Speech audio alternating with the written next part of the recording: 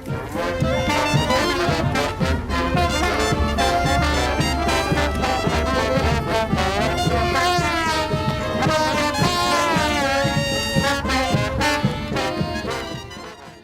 have a special guest. I think actually I should say hello.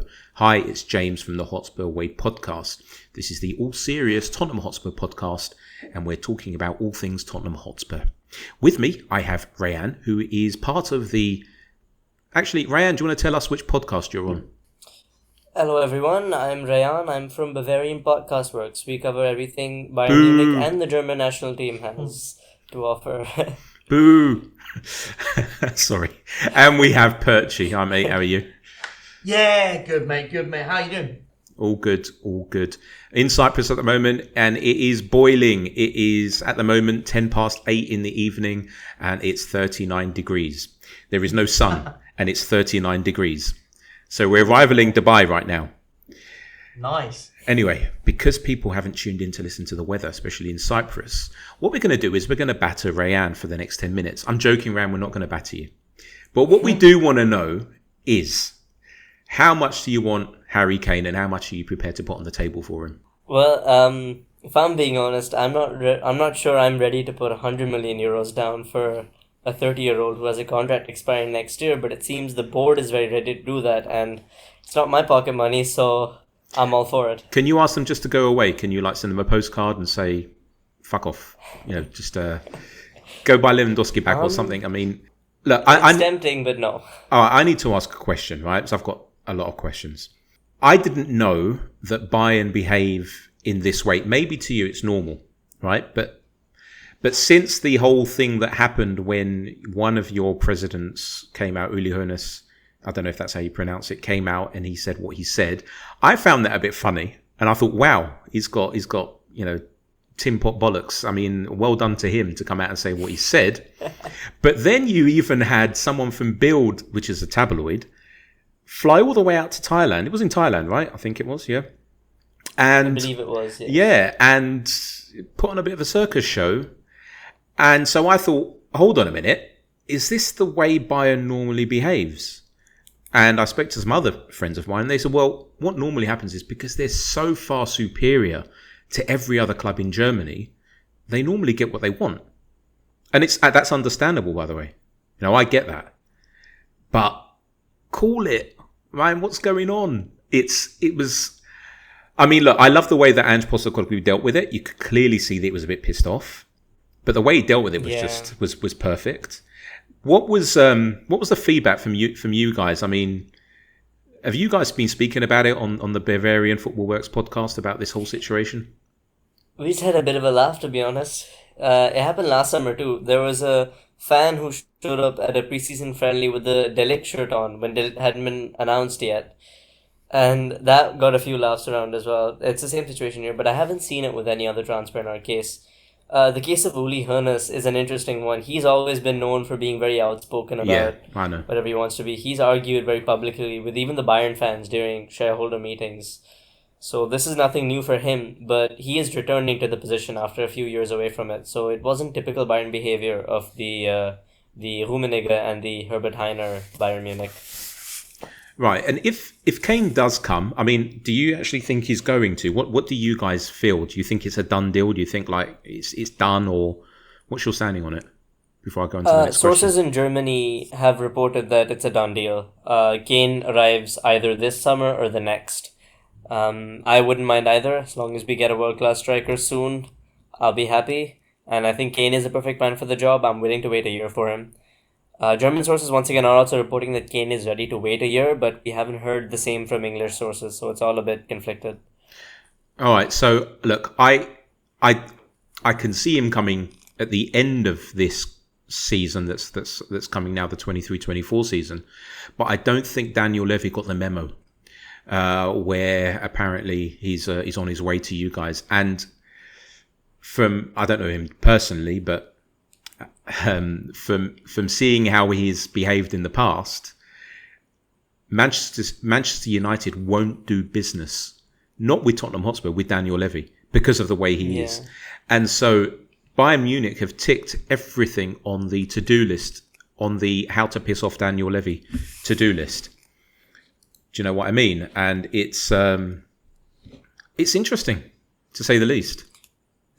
Well, the thing is, United and Bayern have very different kinds of owners. Well, the Bayern don't have any owners, but the people in charge of transfers like Uli Hoeneß, Karl-Heinz Rummenigge, Jan-Christian Driesen, these guys are all very strong-minded people. They're not people who back down from someone like Daniel Levy. If I had to pick one person who could probably go in a battle of egos with Daniel Levy and come out on top, it would be Uli Hoeneß. He is so sure of himself, and he's always willing to go headfirst in things like these, and he cares so much about the club. It's not a case of something like the Glazers with United, where they are from the off not willing to spend a lot of money and not willing to go into hard negotiations. It's a very different situation between the two clubs.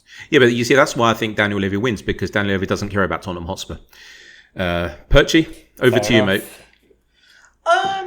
See, I've got this thought with the whole Kane to Bayern Munich thing. I think I agree with everything that's been said. I think this is the first time Bayern Munich have had to come across someone as stubborn as Daniel Levy when it comes to negotiating. I think we can all probably agree on that. I just sit back and I think this is a conflict of valuation, and I think probably we all agree. But I mean it in the sense of what it actually means. I think with Bayern Munich, because everyone sort of said to me, the first bid from Bayern Munich was about £68 million. It was 80 million euros, 75 million euros, whatever it was. Less than that, mate. I think it was 70 million. Yeah, euros. it was 70 million euros. It was Okay, 60 something million pounds, which is peanuts. 60 million pounds.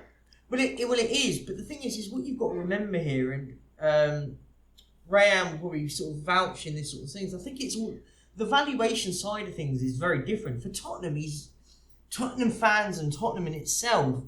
He's almost irreplaceable, but you've got a player with 1 year left on his contract. So for Tottenham, he is worth 120 million. Because the way you've got to look at it and go, the way that I always will delve with this and sort of go, 120 million pound for Tottenham doesn't buy you a Harry Kane. I don't think we're going to buy another Harry Kane. We can't. It's just, we've got to be sensible here. I think the argument with this all, for me, and I'll stand by this, is that for Bayern Munich, he's worth about 80 million euros, give or take. I mean, they'll go on lower, but because Bayern Munich know that if they're struggling that badly, they'll go and get somebody else. And they can wait a year to get him for nothing. So my theory is I've been delving on this, and people sort of go, it's mad for the Bayern Munich. Bayern Munich are just being disrespectful. No, I think they're not. I think they're sitting there going, do you know what? We're not as desperate to sign him as Spurs are to keep him. In fact, if you kind of get my theory with that, and because if I was Bayern Munich, I'd sit back and go, oh well, do you know what? I'll wait a year. We'll sign someone on loan to the end of the season as a stopgap for the year. We'll probably go and win the league anyway. We do it every year.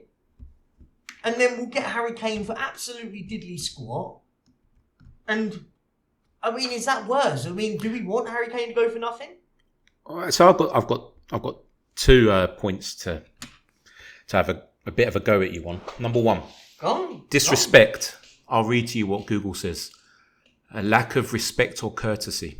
So the first thing is they haven't done what you've said. They haven't said, well, we'll keep this private, and Daniel Levy, Tottenham Hotspur, how much are you willing to let him go for? And Levy's gone back to them, given them a price, and they've said, okay, you know what, it's too much for us. We're going to wait a year. And, good luck to us. If he doesn't sign, then with you guys, then we'll get him on a free. Thank you very much. They shake hands and go on their way. That hasn't happened. There has been a complete lack of disrespect, or a complete lack of respect. Do you understand what I mean? It's complete and utter that the way that they have acted. On that, do you know what it is? Is on that part, I get what you're saying. I get what you're trying to say here. But I think with Bayern Munich, and Ram, you might be, but I think you're better off with the German media in the sense of it, and it'll be good to get your take on this. As you mentioned, I think Ram, you mentioned earlier, Bayern Munich think they've got this done. So I think that it's like a game of poker here, where at the moment they've probably got 2 queens in their hand. At the moment, Tottenham are carrying a pair of 9s, really, at the moment. I'll give you another analogy. So what's happened? Bayern Munich are holding. They're holding 4 aces. Unfortunately, they're not sat at the same poker table as Daniel Levy. And that's the problem. And I think sorry to interject, but I think what happened was, yes, did they meet with the Kane family and all of his entourage and thrash things out? 100%, of course they did. That's how football works. It's a business. Yep. Okay, 100% did they. But you know what? Charlie, or his dad, I can't remember his dad's name, Mr. Kane, Mr. Senior Kane, probably said to them, you know what? You've got this little guy over on the high road of Tottenham who he won't budge unless you really put the ball out. And they've come around. I'm not going to do a German accent. Rayyan, you can do it. No. Oh, I'll try and do a German accent. No, don't worry. No, I'm not going to do a German accent. Don't worry about it. We'll get this across the line. We're Bayern Munich. We know how to deal with things. And they came in with an offer of 62 million pounds, 63 million pounds, 70 million euros. And I guarantee at that point, why was Kane still smiling and whatever on the training ground? Because him and his family are they've done a facepalm and gone, we did tell him, right? We did tell him who they're dealing with. Yeah, we did. What's 70 million? What? But even City offer 75 million pounds. And I think that's the problem here. And so then I think it's been a bit of a shock to Uli Hoeneß and Bayern as a board, where they've gone, but you're willing to lose him for nothing? And we'll get on to Joe Lewis and the rumours that are going on about that now. I don't know if you know, Rayyan, about Joe Lewis. He's the majority shareholder. He's in the Bahamas and Patagonia in Argentina. He's a multi-billionaire. And basically, I'll talk about that now, actually. The rumours are, if you are to believe some of the newspapers, that every now and then he steps in. Rayyan, we have never heard the man talk. Just so you understand, we have never since the year. So we're talking since the year 2001, where he bought the majority shareholding of the club. Actually, it was the majority shareholding, and then in 2006 or 7, they actually then they did a share reversal, and I can't remember what they call it, but they then took over the club completely. Right? We have never heard him talk. But there are rumours that on some occasions he does put his foot down. This man is in his 80s, Rayyan. He's very old. His daughter now is looking after his interests. And apparently, from the Lewis family, they've said, Daniel Levy, you either you give him a deadline to sign, this is Harry Kane we're talking about, to sign a contract, or you sell him for this price. I believe those rumours to be true. And I'll tell you why. I'm a business owner. I don't have any shareholders, thank God. Hopefully one day my company gets big enough and, I can do an IPO and I can answer to some shareholders. That'll be good and a bad thing, right? If I have to answer to shareholders, and let's think about it, the biggest shareholders are Daniel Levy, who owns nearly 30%, and Joe Lewis and his family, who are in the rest. And then there are minority shareholders, including Alan Sugar. But they don't really have a say. But if you have to try to justify as a business that you have maybe lost £100 million, I don't know how you justify it. And I don't know how you justify it if Tottenham Hotspur at the end of this coming season don't make the Champions League. As if they don't make the Champions League and then you lose £100 million, because that's what it is, I don't know how as a chairman you could justify it. And what I believe could happen is the Lewis family are actually looking out for Daniel Levy. I'll repeat that because I think it's a big statement. God, I'm bigging myself up here, aren't I? I seem to be, I don't know, is everyone here talking? I seem to be talking to myself. Yeah. Oh, right, okay. Perchy's muted himself. So, you understand how serious this is. No business, not even Apple, who are a multi-trillion-dollar company, can justify the loss of £100 million. They agree. Can't. And so I really believe in these rumours. I do believe that it's happened. And I'm just going to continue my little rant. I've been on the wonderful and amazing Filthy Shambles podcast with Spooky. And hopefully Spooky will be on soon on this show. And I can't wait. Ross was supposed to be on as well. He's been on that show. Hopefully he'll be on next week. Hope you're all right, Ross. And what I said when we were talking about Conte when he was here, Rayyan, I'll let you come in a minute, but when we had Conte, I came out and I said, listen, Sunshine, if I'm the owner, if I'm Daniel Levy, I'm going to say, you sign this contract, Mr. Antonio Conte, or you're gone. This is your deadline. it would be super hypocritical of me, even though I would love, every fibre of me would love Harry Kane to stay. We have to give him the same deadline. We have to Agreed. say, this is the date, you sign it. If you don't sign it, then what's going to happen is we're going to wait for this amount to come in and you're going. And that's it. And then he can say, because he also holds 2 aces, let's say if we're holding the 2 aces, then he can say, well, it depends on the club. If Bayern Munich are offering 70 and that's the only club I want to go to because I don't want to soil my relationship with Tottenham. I love the club. I'm not going to go anywhere else and then I'll leave on a free next year. Then at least Tottenham have done their, not due diligence, but they've done their groundwork to say we did everything we could to sort out this £100 million asset. But then we go back to last season. How many times did you hear of leaks coming from the club that said Tottenham Hotspur had offered Harry Kane, or even after the Manchester City debacle, Tottenham Hotspur have offered Harry Kane a £400,000 or £350,000 a week contract? Personally, I heard none. I heard some ITK stuff. But you can always tell when the club leaks information. Okay, being in PR myself, you'll have journalists, I think I've said this on this show, you'll have journalists sort of repeating the same sentence. And that's when you know it's a leak from the club. We didn't have this. So yes, Daniel Levy, that is on you. That is on the board. Agreed. So does he have to go? This is such a difficult one. He has to. He has to because I don't think he's going to sign. Unless a miracle happens, and that is that we finish top of the league and we win a cup. Then I think he could stay.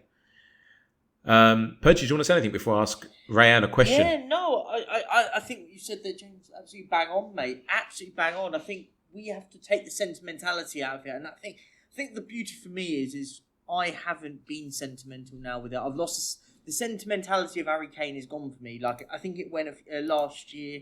And I went, do you know what? This guy, I'm ready now to see Harry Kane go. I think I'm seeing a lot of people going, I'm not ready. I think he should have been ready after the Man City debacle. I think from that moment on, everyone should have been on red alert going, he's going to go at some point. We don't know when, but he will go. Whether we like it, whether we don't, whatever it is, what it is. I agree. I think you're right in the sense about the situation should have been sorted last year. If I'm honest, it should have been done after the Man City stuff. That's when, after that season, we should have had a plan and gone, do you know what? We're going to put a contract in front of him, and if he doesn't sign it at the end of the year, we're going to say we're going to part ways. At that point, then we would be able to command a £120 million fee for a player with 3 years left on his contract. The problem is what you've got now is we're stuck at every day passing. That value, normally I always say value goes up when it gets to the end of a transfer window but when a player's got 1 year left on his contract, or less than a year now, that market value just diminishes, whether we like it or not. If the long and thing is with Bayern Munich, they know that. If what we're to believe that a deal is in place with Bayern Munich, and that they are in the sense of that personal terms have agreed, that value just dwindles less and less the longer it lasts. And Bayern Munich know that. Because they could wait to deadline day and go, do you know what? We hold all the cards here. If you either lose all your money and we will sign them in the summer, of the following summer, or you sell it to us at the price we put out. And that's the biggest concern. And you're right, a deadline has to be hit. If you're not going to sign Harry by this day, we are selling you at the price, and we are going to talk to Bayern Munich right now, and we're selling you to there, and you're gone. So, Rayyan, the way that Tottenham look like they're going to be playing under Ange Postecoglou is that the centre forward, so Harry Kane, we're not going to be too reliant on him. Under Mourinho, Conte, there was a manager in between, I can't remember his name. It was really a counter-attacking style of play, and we needed a focal point, and we needed Harry Kane to not just drop deep, but then to score the goal. So to be a number 10 and a number 9. At Bayern Munich, what kind of player do you need? Do you need that centre forward who's going to play in front of a 2? I mean, how would he play if he did join you? And I hope he doesn't, but it looks like he might. How would he play? By the way, you are muted, by the way. Yeah, so at Bayern, it's been very clear over the last year or so, as soon as Lewandowski left, that the attack did have a massive hole in it. Julian Nagelsmann tried to patch through it by adding Sadio Mane, who'd shown success as a centre forward, but that was in a much different system to the one at Bayern, and he had a big drop off even in his physicality, so there was a lot of gaps to be filled. It's very clear that Bayern's attack currently lends itself to having a striker who acts more as a focal point than a goal scorer, because all of the wingers that we have, they're not very good at creating chances with crosses or from wide areas, but they're good in the half spaces. They're good at quick 1-2s. They're good at getting in behind the defense and shooting pretty much. We have players like Leroy Sané and Serge Gnabry who consistently score more than they assist, but they don't have somebody to bounce off of. Harry Kane could be that guy. And even Ange Postecoglou's system seems to be shifting with the way that Spurs have been linked with Dusan Vlahovic, who is very much the opposite of what Harry Kane is. Harry Kane is a player who contributes to build-up, who drops back and supports the wingers. Dusan Vlahovic at Juventus has been very much the opposite of that. He sits on the last line of defense. He harasses the centre-backs in the press. He doesn't come back to link-up play. He is the final link. He's there for the counters. And I think that's a very clear showcase of a change in systems. Even if you get someone like Jonathan David, he's a very similar player to Dusan Vlahovic. They're both physical specimens with not much to offer and build up. So in the end, I think Bayern definitely need Kane, and I think Postecoglou could do with a different kind of striker. So you guys could definitely reinvest well. It's not a case of a bad deal all around. To be honest, I haven't heard the Vlahovic shout, but what you just described, I know that we were linked with him 2 or 3 seasons ago when I think he was at Fiorentina, and then he went to... Fiorentina. Yeah, I think he went to Juventus. Where did he go? He went to Juventus, I think. Yeah, he went to Juventus in January window. I don't think it worked out there, but I've never seen him play. Of course, I was so excited, I was like a little girl. Sorry, all you woke lot. When we were announced to sign this guy because he's got such a fancy name, blah blah. He must be good. But what you've just said sums up the Postecoglou system, where the main striker, his main role is to start the press, and then what you have is the wingers and the triangles, which are the 2 number 8s and maybe one of the 6s or one of the 6. What they do is they then follow up, and you just described the Ange Postecoglou striker down to a T. So I'm sort of a bit happier now, and I'm tired, and I'm sort of done with that whole Harry Kane situation. I'm not done with Harry Kane. You know, I hope he stays. I really do, and I hope he signs, and I hope he stays forever. I really thought that he wanted to stay and beat Alan Shearer's record. You know, with 47 goals to go, I thought that was it. I just believe that maybe what's happened is he says, "Look, I've only got a few seasons left. I need to win some trophies. I've won all my personal accolades." And at Bayern Munich, he will win trophies. I mean, how many trophies did you win last season, Rayyan? We won, well, it was 1. Well, actually, no, 2. We won the Super Cup 2. Wow, So you 2. say you win so many trophies, you don't even know how many. See, we haven't won one since 2008. I actually don't know what it looks Yeah. like. I mean, you could give me a can of baked beans and I would think that was a cup for me. So he will win. Definitely, I would say, at least 1 trophy, possibly 2, and he will have a good shout at maybe being in the quarter or semi-finals of the Champions League. And he knows this. He's not an idiot. You know, it's obvious to him.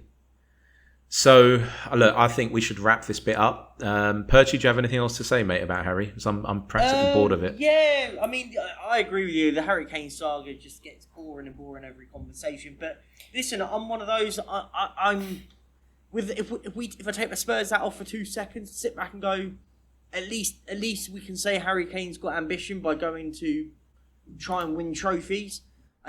Listen, he could go to Bayern Munich and win the Champions League. He could be the catalyst that wins in the Champions League and gets them over the line. Do you know what? I think I'm in your camp though, mate. I just want it over and done with. I want it done. I don't really want to. I'm bored of the conversation. For me, the quicker it's done, the quicker we can get on and move on. And as you said, in the Postecoglou system, we aren't so reliant on one player scoring 30 goals. We just got to work out a system that we distribute those 30 goals on top of last season just to 3, 4, maybe even 5 players. Yeah, I can actually, Rayyan, I can see Harry, even though it'll be his first season in the Bundesliga, I can see him getting 25 goals across all competitions. And then I think in this his second season, it's his first season. Remember, he's not a robot, right? He might go there. He might need some time to settle. You never know, right? But I think in his second season, if he starts to take off towards the end of this coming season, he's there. I can't believe I'm saying this, by the way. It's supposed to be a Spurs podcast, but in the season after, I can see him getting 40 plus goals. Rayyan, what do you think? I don't think you can get 40. You have to have a Lewandowski level of ruthlessness in your finishing to get 40. And even he struggled to get there. You've not been watching. Yeah, you've not been watching, have you? He's got it. No, I know, but the play styles are different. That's the thing. Lewandowski is a ruthless scorer. He's third in the Champions League. He has a better goal-to-game ratio than Ronaldo and Messi in the Champions League. Harry Kane is a ridiculous finisher, but he's not quite Robert Lewandowski. Rayyan, I'm gonna disagree. I tell you what. Yeah, me too. You give Harry Kane the quality at Bayern Munich that there is. Listen, let's make sure we talk it right. Bayern Munich have got an absolute elite football club. They've got. Here's the thing, right? All across the park. I hear about Harry Kane does it, man. He will you will love him. Trust me. I will love him. But I can see him getting a 30-goal, 10-assist season more than I can see him getting a 40-goal season. But the one thing I was just about, you've actually sort of said what I was going to say. The one thing I would say though, that what you're going to get that Harry Kane's going to massively benefit on at Bayern Munich than he has at Tottenham is the reliancy will not be on Harry Kane. The reliancy of dragging teams over the line. You won't get that at Bayern Munich. They do that anyway. What you will start seeing is he will be the sprinkle of dust on your team that takes you over the line. As I said, the one thing I always hear from Tottenham fans, and I hear a lot of it is, well, Harry Kane hasn't won us anything. He's part of the teams that haven't won, which is factually correct. I'm not sitting there disputing that. But Harry Kane seems to be the only player at Tottenham that at a remote moments will drag Spurs over the line in a league system. But yeah, listen, that's the best I'm going to say. But I think if he does go to Bayern Munich, obviously we're not sure yet, but I think it looks very likely. I think you've got a player there that will massively, massively help you. And as I said, I think he'll be much more comfortable. The reliance on Harry Kane to do well won't be there at Bayern Munich because Bayern Munich do well regardless. Well, it looks like the Hotspur Way the Hotspur Way podcast has sold Harry Kane. We have not received any commission. Rayyan, you don't get any either. And damn, I know, mate. They get a striker. Well, you get a striker, and you get our best player. Yeah, you get to watch a world-class striker again. Did you just? Like it's been forever. Did you just say sick on my podcast? Oh God, I feel so old. Oh no. I'm so old. Yeah, I feel old as well. Right. Would it help you if I told you I finished my A levels 4 months ago? It wouldn't. Yeah, that makes me feel all the better, mate. Thanks. I'm an old man now. All right, mate. Well, thank you so much. And I will probably reach out to you again when Harry Kane has hit 40 goals for you. Because I think he will. He might hit him. If you play that stupid preseason friendly that you've done again, you might hit him in 2 games. Oh my God. So, all competitions I can definitely see him doing 40, but I was talking about the league specifically. No, I was talking about all competitions. I think all competitions. All competitions he'll hit 40. Easy. Yeah, he'll hit 40. Oh, easy. So it'll be 60 then. Lewandowski hit 30 in November in his last season, so... Mad. Oh dear. Yeah, it was insane. But he slowed down a lot in the second half because Bayern themselves slowed down. So the Bundesliga is not, I repeat, is not a farmers' league. All right, thank you, Rayyan. Thank you so much. Harry Kane, off you go. I wish you the best of luck, mate. And thank you so much.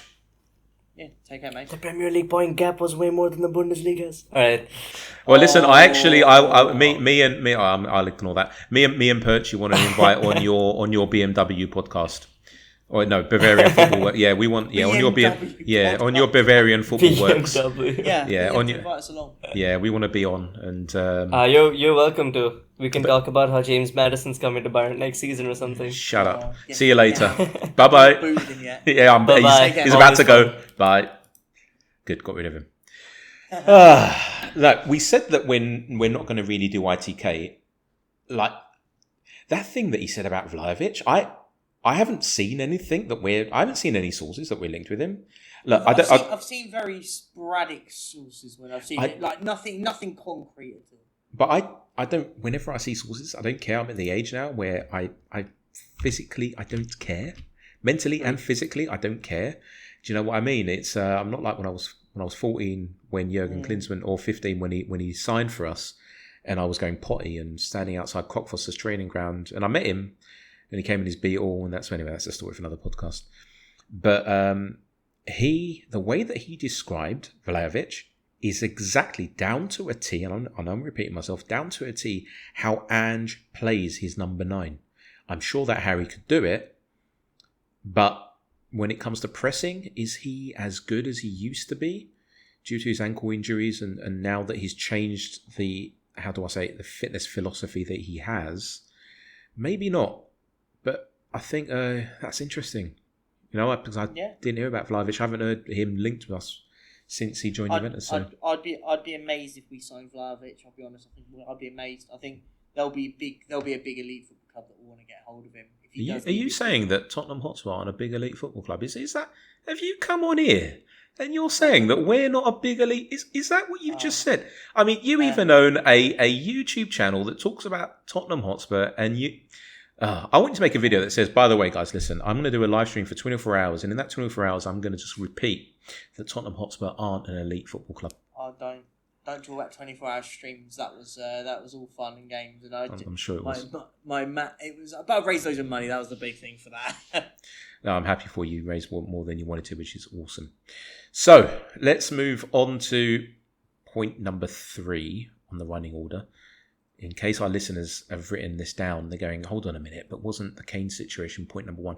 No, as I'm reading it here, point number 1 was introductions. Then we have the Kane situation. Then we have Hojbjerg house hunting in Madrid. I think it's never happened before, someone actually reading the running order to the audience. Point number 4 is our CBs, that's centre-backs, are awesome. Number 5 is we've played too many preseason games, god damn it. So let's talk about point number 3, and over to you about Hojbjerg house hunting in Madrid. You live in Spain, which means that you know every single detail that happens in that country. Please tell us about the real estate agents that you've interviewed, and they've told you which houses he's looking at, and how many bedrooms is he actually looking for? Does it have a pool, and is it heated? I want to know this. I mean, let's be frank and honest, it's not heated. You don't need to waste your money on a heated swimming pool here in Spain. It's 32 degrees. But he is from Denmark. I mean, they're like heated pools, right? Maybe he might just go and get. No, I'm not going to heat one. What I'll do is I'll just have an outdoor one and an indoor one. Have two swimming pools. But on a serious note, when we're talking about Hojbjerg, listen, I think it's time to go. I think I've had this conversation with you on here many a time and just said, I think right now the best thing for him to do is to go. We can but. The only big issue we've got is then if he goes, you've got to get someone else in. Whilst we're going to talk on the final topic, of course, which is obviously. But listen, I think it's the right time. The money's good, and you know what? You know when I always say all the time. I said, you know when players are just a good fit. Players are a good fit. Hojbjerg to Athletico Madrid is a match made in heaven. He will suit the style of play with Simeone. He will fit that club like a glove. And people go, he's going to a bigger club. Yeah, that's fair enough. But it's, when just some teams just seem to just match with a player, it fits like a glove, and that'll be the perfect team for him. Well, it matches with him because he's got another 6 midfielders behind him who can cover up any mistakes. In fact, when he's trying to land a plane, when he does all his hand waving gestures, you probably won't even notice it because the fans will be focused on the other 5 midfielders or 6 midfielders that are there. I think, you're right. It is the type of club where he'll thrive at. And to be honest with you, I don't really care when a player leaves Tottenham Hotspur. I don't care about them. Although I wasn't at the stadium, but I was watching it live when Bale scored that goal in the Copa del Rey. Is that right? When he ran off the pitch and ran back on again? One of the greatest goals I've seen. So I remember what happened there where I turned the TV on, and as soon as I sat down, he then got the ball. And it was just one of those things that sticks in my mind. So I was sort of cheering him on like, he's one of us. He's one of our own. So yeah, off he goes, which then sort of leads us into, and those of you who are jotting down the running order, 3.5, which is Bissouma being the number 6. I know you don't agree, but I really believe that Bissouma is the pivot player, because number 6 under the Postecoglou system isn't the Wilson Palacios. It's not the Roy Keane. It's the Michael Carrick role. And I'll explain what that means. They sit in front of the back four, but they do push on. And what they have to do is they have to turn around the ball as fast as possible. Now, you tell me that Bissouma can't do that, because I saw it at Brighton, didn't see it last season. Well done, Conte, you fucking mug, right? But we're sort of seeing it. I mean, we saw it in all of our preseason games so far, right? And I believe that he is the number 6. And I think that, I can see it, that him and Postecoglou have such a great relationship. Look at the guy smiling. Look how happy he is. Yeah, agreed. You know, it's not difficult to make someone in your workplace happy. And these two have clicked. And I think that what he said to him is, and I would love to speak to Postecoglou in Greek, right? So I'm not going to do an Australian accent, and say to him, Re, τι του έκαμες? Τι καταλάβες που τον Bissouma? Basically, I'm saying, what did you see in him? I've botched up the Greek, forget it, right? And I think that what he's done is he's seen that the guy, he plays the game 3 moves in his head before he's got the ball. Yeah. And he is the ideal player. Like Michael Carrick was that. Like Michael Carrick was so underrated. He would get the ball and he would thread a pass through. Same as Modric. He was what we call the pre-assist player. So before the assist, I mean, obviously that's what pre-assist means for dummies like me. That's what Bissouma's going to be. But if you noticed as well, he will go into the box. Because when we're pressing, he's not going to be back with the back four up. First of all, there's not going to be a back four on a halfway line. Under Conte and Mourinho, there was never a back four on our halfway line, was there? They were basically chatting to Hugo Lloris. The way that he plays is you have the inverted wing backs. If they're not part of the press, sometimes on one side they are, you will have one of the centre-backs pressing into midfield, the other one slightly sitting back on the halfway line, and the number 6 will be a number 8, because the 2 number 8s, one of them will be an 8.5 and the other one will be a 10. This is how his system is. So let's not think about, we can't have Bissouma as a 6. Of course we are. Of course we can, and I think we are. So I've won this argument, haven't I, Perchy? Well, I didn't get to speak. I mean, you can always win an argument when the other person doesn't speak. It's brilliant. And no, listen, I'm not too adverse. I love you loads, mate. Of course. No, your response should be, "I love you too." Can you say it? See, I'm sounding like Flav, actually. No, you are. You do sound a little bit like him. Yeah, no, sorry. You're a lovely bloke. Of course you are. Of course you are. And you love me. No, of course. Right, thank you. Still not. No, but the bit I want to say, like, I'm not too adverse in being a number 6. By the way, I just sit there and I go, I see him in that sort of number 8 role, that box to box, the energy that led. Whether he plays as a 6 or a number 8, really, to be honest, I don't care. He has to be one of the first names onto the team sheet. I think that's one we both agree on. He's one of the first names onto the team sheet because he's going to be the key in midfield, the massive key in midfield that unlocks a lot. And I'm going to be really, really excited with Bissouma this season.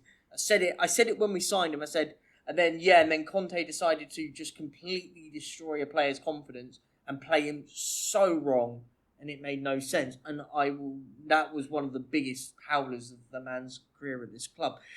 But yeah, no, listen, I'm not too adverse. If for example, if we go out there and sign number 6, that is a number 6, then yeah, listen, no, I've got no problems. I'm playing with that. But it's one of those, if we don't sign one, I'm not against him playing there this season. But it's one of those, I want to see the best out of him. Whatever the best is out of this player, I want to see it. If it is playing him as a 6 and you play two 8s, Maddison playing a bit more advanced in the 3 in midfield, I'm not against it. I said all along on the midfield 3, when Bentancur's back, you bring him back in and you've got Bissouma, Bentancur and Maddison, of course. And obviously before that, I want to see the likes of Pape Sarr getting a chance. So whatever the right role is, I don't mind it. As I said, I'm not against it. I'm not sitting there and debating that it should or shouldn't happen. I think at the moment I have no problems with it. But yeah, play him there and see if he plays. Let's just, for argument's sake, say we play 12, take 12 months and go, do you know what? Or even a few months up to January and go, fine, he's going to play in that position. And then we go, do you know what? This person's come on the market that can fit us. perfectly in that role, and we can put Basuma a little further forward to help in the final third, then why not? Do you know what? You're kind of in a win-win situation there because you've got a player that can play both roles.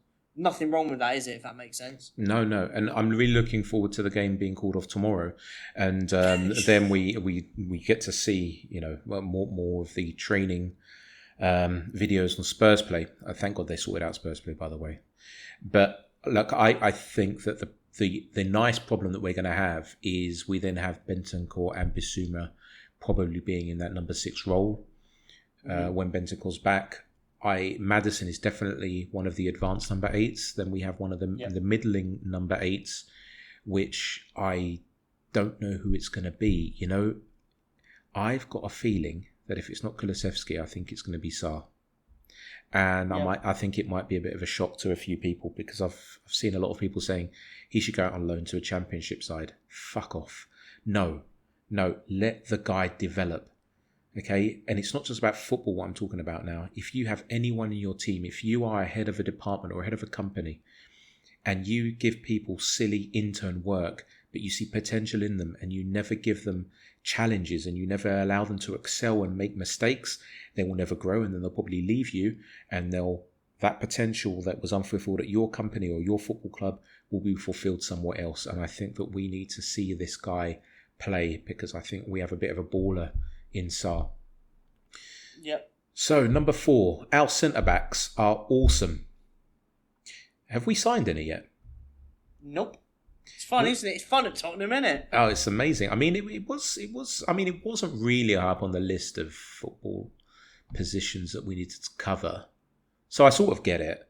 And I don't want to bitch about it, by the way. I know I'm trying to make a joke of it, and we did on the last pod, like, where were our centre-backs? But it's...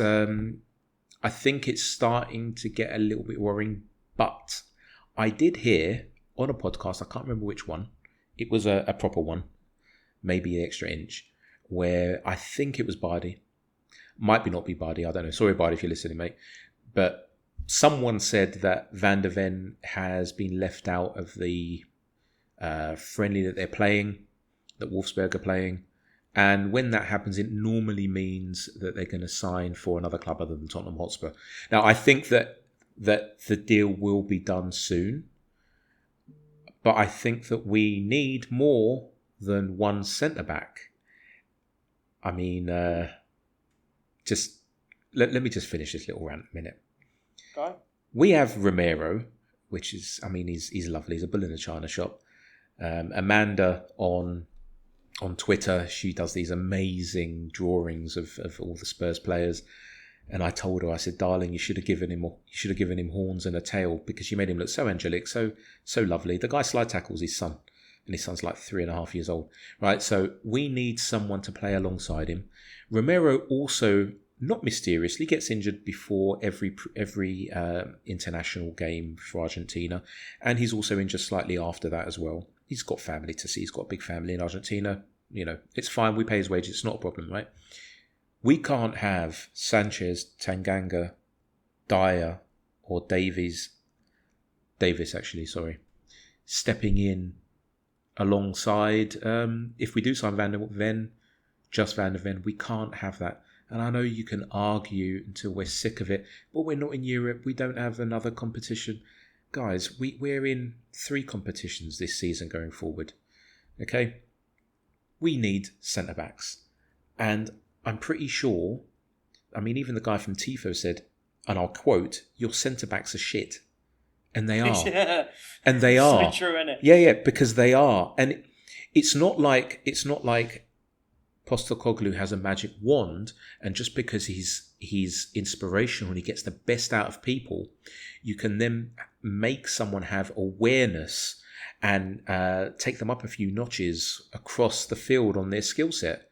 It doesn't work like that. Yeah, of course, for a few games you might have that, and then form plays a factor.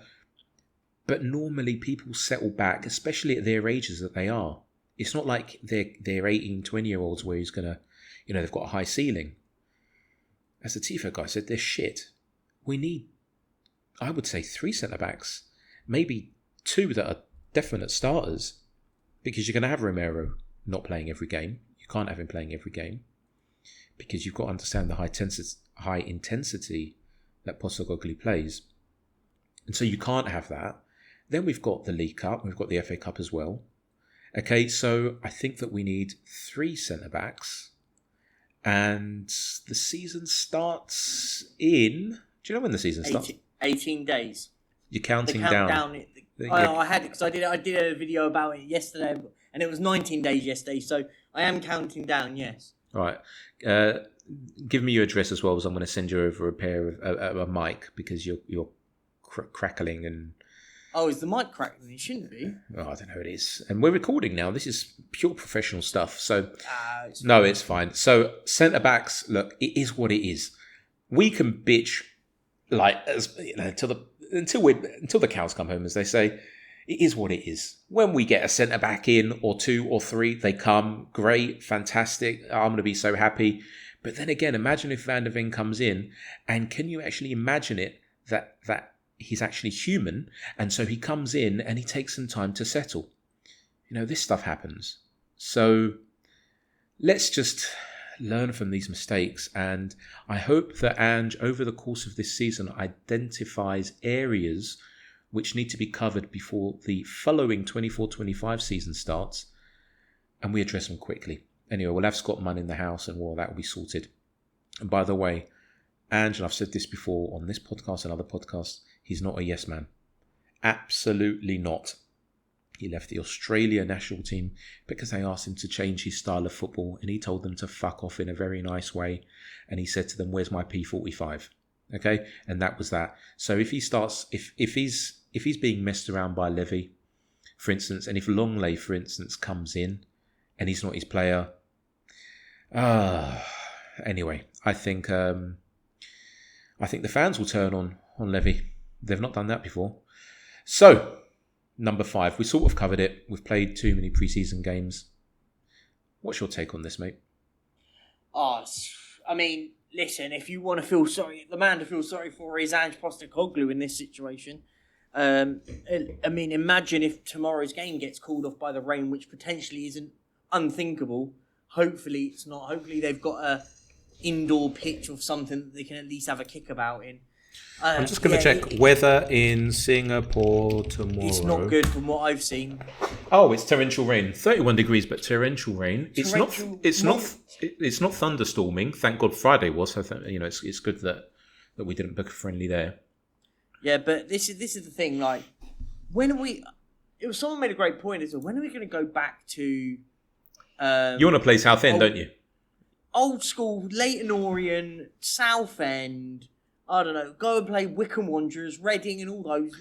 Do you know what I've always? I can answer that. I'll go and finish, and I can answer that. No, I was just going to say, it's the Premier League has obviously changed because of everything about the Premier League is all about money now, and because you never used to play teams in your league for friendlies. It was just never a thing. You never used to play, I don't know, Aston Villa in a friendly or West Ham. You'd never play that. But since this sort of Premier League thing has gone to all this stuff in America and stuff, it's all anywhere, all around the world.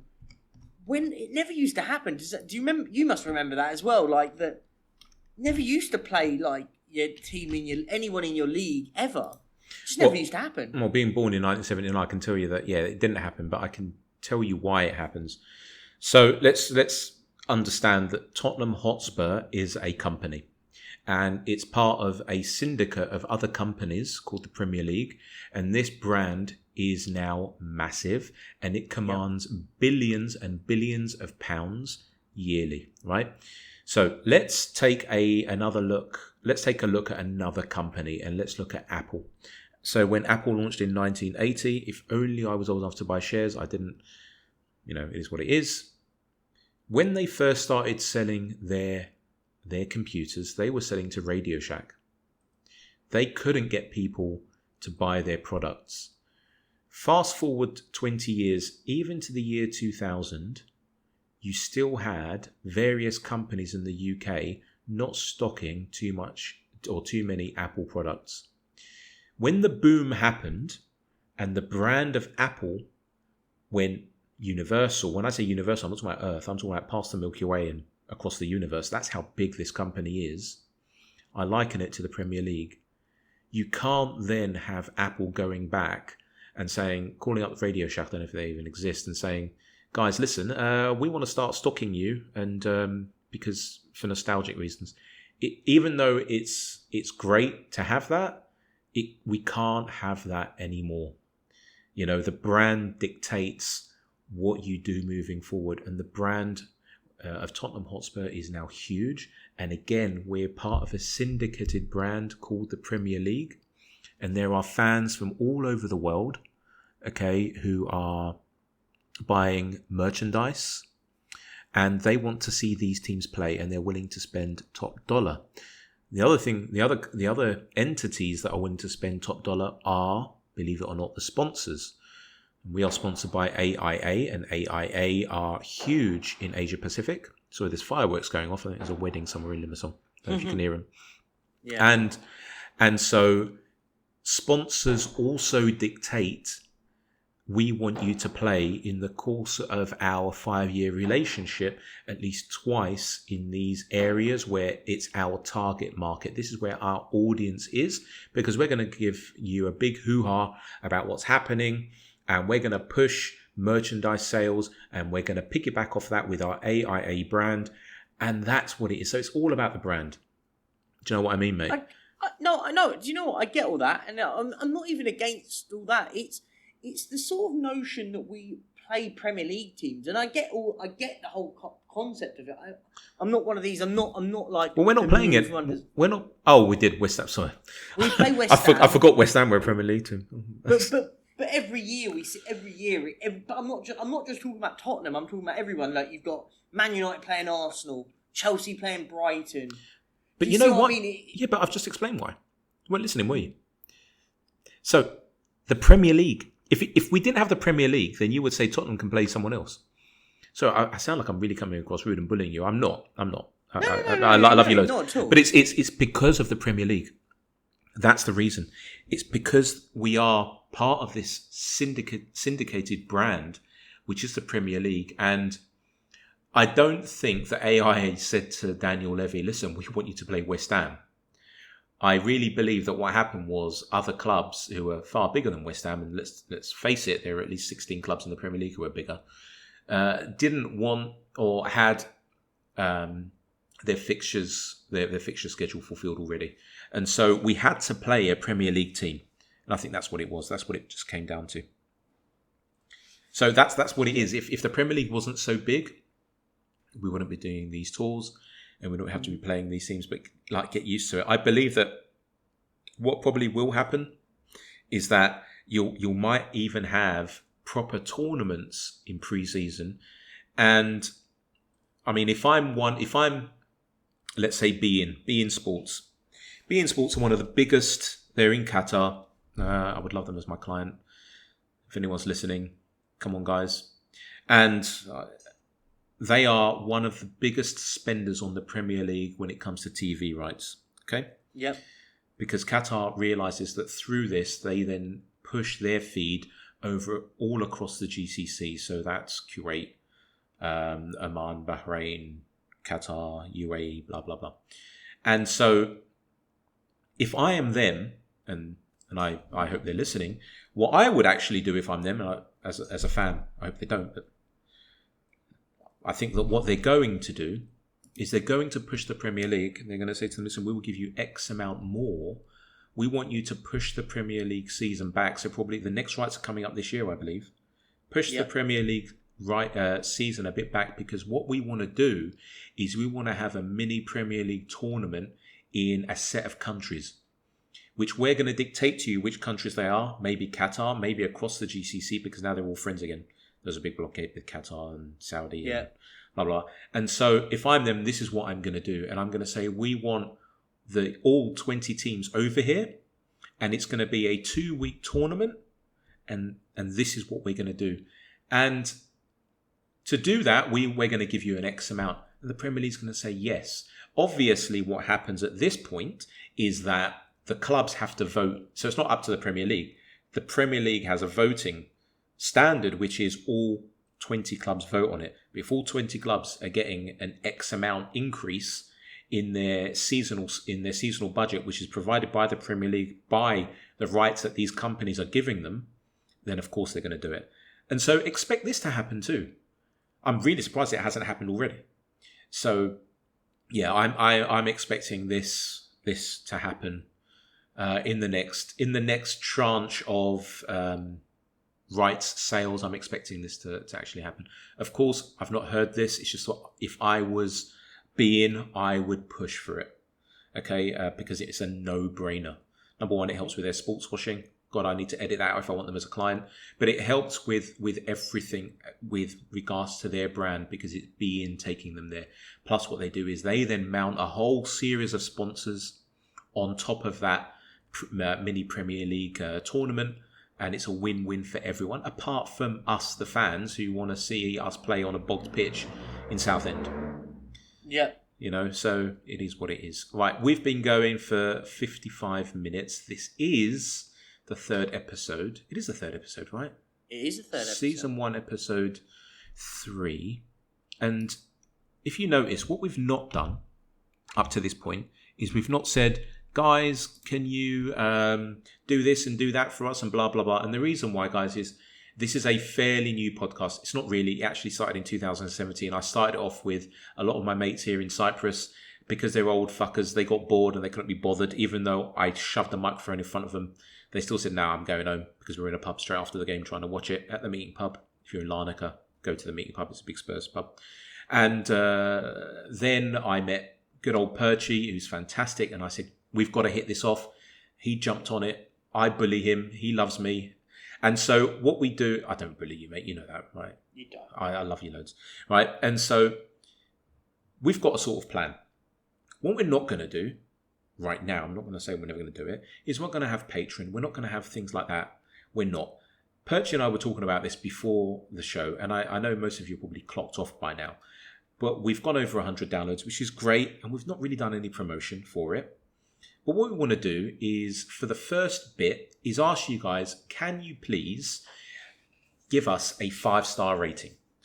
We are across 22 different podcast directories, and that's the main ones on this planet.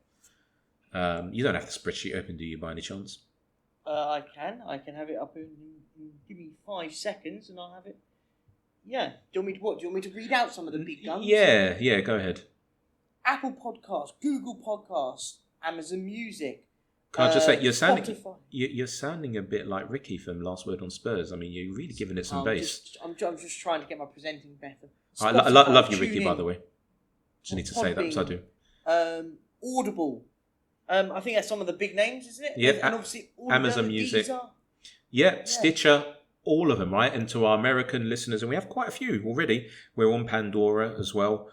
And all we ask is, if you can, for the first bit, just give us a 5-star rating. That's if you like it. If you don't like it, then you don't need to. Please don't give us a 1-star rating, but don't give us any rating if you don't like it. But if you do like it, then give us a 5-star rating. The second thing we want to say to you is we're going to have a few more guests on over the next coming episodes. We've got a strategy here for the Hotspur Way podcast, unlike before when I launched it in 2017, which was just me and a bunch of mates at a pub. We've actually got a strategy now, right? I'm a lot older. And so the next thing we want to do is, because as I said, we've got some guests coming on. Ross couldn't make it, but we're going to have a few classy guests coming on. And if you do want to be on, all we ask you to do is just follow us. Is it, what's our Twitter? I should really know it, shouldn't I? Is it Hotspur Way Show? Yeah, the Hotspur Way podcast. No. Oh yeah, Twitter. no. The actual at is at. Oh, sorry. The at. Oh, we've botched this, haven't we? This is how strategy works. You see, me and Perchy sit down in the boardroom and we say we're going to talk about this, and then we forget what our Twitter handle is. At Hotspur Way Show on Twitter. Yeah, so just or X as it's called now. Oh, what a load of rubbish. Anyway, that's about branding. I may one day do a branding podcast, okay? Not right now. It's not for you guys. And so if you can, follow us and DM us at Hotspur Way Show and say, I want to come on. Now, because we've had so many people, just over 100, listen to this, I don't know how many of you are going to want to come on. We can't accept everyone, right? So, for instance, what I would love you to do, not for instance, but what I would love you to do, and what Perchy, this is his idea actually, I'm lying, is if you could just voice DM us and say, I want to be on because I want to talk about this, this, and this. And we'll listen, and then we'll invite you on. It's that simple. And the third thing, I know that we said we were going to do one thing, but the third thing is if you've got any questions, we record every other Tuesday. We'll let you know before we record, normally on Twitter. We're on Instagram now as well. I can't remember what that handle is. I'm sure it'll be somewhere. You can search for it. And on YouTube. I can't remember what that is either. And on Facebook. I think that's Hotspur Way podcast. Send us in your questions. By the way, the more creative, the better. Okay, so I don't just want questions like, oh, do you think we should sign this centre-back? That's a bit boring. Try and make them creative. And I don't want you to say, oh, do you think we should get rid of Daniel Levy? That's not creative at all. Okay, we all know that he shouldn't be here, but he is. We can't do nothing about it. So try and be a bit creative. I think we've just spent, how long? Wow, nearly 10 minutes doing our marketing and all of this jazz. Bit of plugging. Yeah, have you got anything to plug, by the way? Listen, I mean, same as always. Every time at the Perchy TV on YouTube. Just daily content out there, really, mate. That's the main thing for me. All right, I've got a bone to pick with you. So whenever you're on, whenever I see that the feed is on, and I come on and I leave a comment, you always do the same thing, which is lovely. You go, James, top guy. I know you're like you're pushed for time or whatever. Top guy, you've got to listen to not listen. You always say you've got to watch the show. First of all, it's a podcast. Difficult. Yeah, to watch. no, I do right. forget. And then you always forget what it's called. Oh no! Do you know what? It's one of those when there's so much going on, like I just sort of just rush through it. But yeah, no, definitely I'll. So I'm going to send you a script. I'm going to send you a script. Send me. Right, the script, there you go. And if anyone else wants to send Perchy a script, you can do. Just DM us at Hotspur Way Show. And the funniest one, if you can read out, that would be really good. So if you send in a funny script for Perchy to read on his live YouTube channels, that would be really cool. But yeah, go ahead and listen. Go ahead and watch them. I was going to say listen. I mean, you could close your eyes and listen to them, but then you wouldn't see Perchy and all his mates. And he's never invited me on. You've never actually invited me on one of these things. You're always welcome on. You don't need to be invited. That's such a cop-out. It's like when you say to someone, listen, you've never invited me to your house. Oh, you're always invited. And then it's like, well, I'm a bit of a vampire. I mean, you've got to invite me in. I'm not just going to... I'll be honest. Everyone thinks it's all done really pristine and stuff. Behind the scenes, it's... What, like this show, you mean? It literally, I just turn up and then I'll just send a message and then someone will message me going, can I jump on? Yeah, sure, jump on. Why not? I mean, I'll be honest, that is literally how it goes. And that's how we strategize the Hotspur Way podcast. So send in your questions, leave us a 5-star review, and we will catch you in... What? Actually, there is one bit of news. You're going to the Barca game, right? I am. And hopefully... Spurs game. Now, because Perchy values our friendship so much, he can't do a show straight after, because he's going to go and drink some alcohol, which is fine. But the day after... we're going to have a show and you're going to tell us all about it. And if you can, mate, what I would love you to do is send me over a WhatsApp voice message and then we'll put it up on Twitter as well. So as you're actually in the stadium. Okay? Let us know how it goes. So looking forward to that one. When are we playing? August the 8th? Yeah, 8th of August. Last friendly. All right, perfect. So, and I think our next show is when? Yeah, our next show, I think... will be on the 8th of August. Well, it will be... we'll do it the day... Well, yeah, we'll do it the day after. 9th of August. Unless something happens catastrophic and maybe we have to do one before then. We've been going for over an hour now. Can't get my words out. Got to imagine me and Spooky when he comes on here. Two old guys not being able to get their words out, and then you'll have to control us, mate. That's what it's going to have to be. You have to tell people to watch the Hotspur Way podcast. Right, so thank you very much. It's been lovely having you again. And tell your friends about us. If you liked us, leave the 5-star review. Send us in your creative questions. We love you loads. Perch, see you later, mate. Take it easy. Cheers.